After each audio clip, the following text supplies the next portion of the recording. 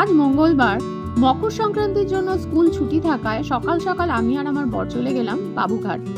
অনেকদিন যাওয়া হয় না, ভাবলাম একটু ঘুরে আসি আর গঙ্গার জল নিয়ে আসি। আগে যখন আমার বাবা মা বাটানগরে থাকতো, আমরা সেখান থেকেই গঙ্গার জল নিতাম, কিন্তু এখন আমার সপরিবারে কলকাতায় সেটেল, তাই আর সেদিকে যাওয়া হয় না। আজকে ছিল মকর সংক্রান্তি, তাই গঙ্গার ঘাটে ছিল প্রচন্ড ভিড়, কিন্তু আমরা স্নানের কোনো প্ল্যানই করে যাইনি। এই ঠান্ডায় সেটা একেবারেই অসম্ভব। তারপর গঙ্গার সৌন্দর্য একটু উপভোগ করে নিয়ে নিলাম গঙ্গার জল।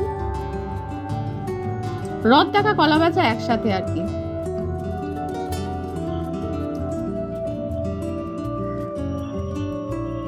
বাবুঘাটে যারা গেছো তারা জানো এখানে প্রচুর পাওভাজির স্টল থাকে, তাই সেটাই সেরে নিলাম মর্নিং ব্রেকফাস্ট।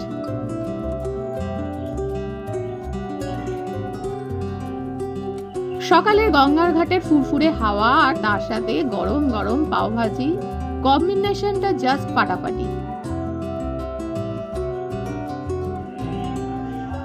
তাই গরম গরম পাওভাজি টেস্ট করে সেখান থেকে গঙ্গার জল নিয়ে বাড়ি ফিরে এলাম আমরা। সকালটা আজকের বেশ ভালোই কাটলো বলতে হয়।